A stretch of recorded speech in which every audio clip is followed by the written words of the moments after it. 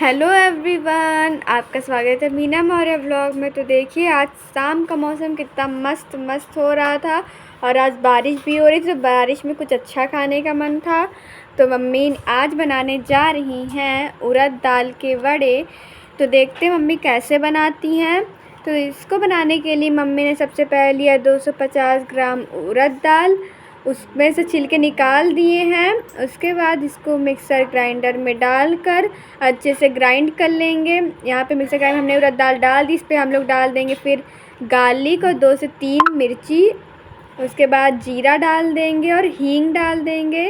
उसके बाद इसको पीस के अच्छे से इसका बैटर बना लेंगे। अपने बैटर में हम लोग डाल देंगे नमक अपने स्वाद अनुसार और थोड़ा सा जीरा डाल देंगे, लाल मिर्च डाल देंगे, हींग डाल देंगे और कश्मीरी मिर्च भी डाल देंगे और गरम मसाला तो डाल ही देंगे।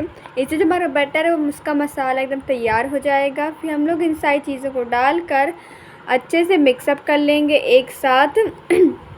अगर आपको ये वीडियो अच्छी लगे तो प्लीज़ लाइक करें, सब्सक्राइब करें, शेयर करना मत भूलिएगा। उसके बाद हमें इसको अपने हैंड में लेके अच्छे से बड़ा का शेप देना है।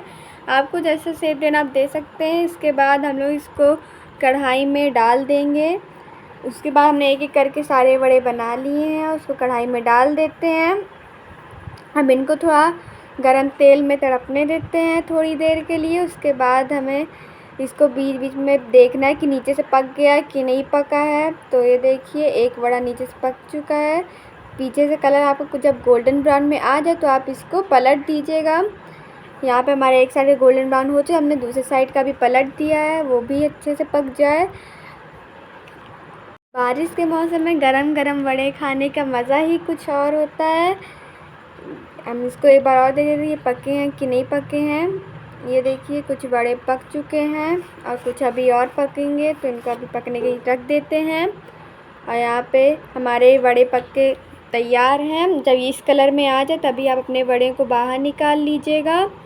और ये देखिए, बारिश के मौसम में कितने आसान तरीके से वड़े बनकर तैयार हैं। आज के लिए मिलते हैं नेक्स्ट व्लॉग में। Bye bye, take care.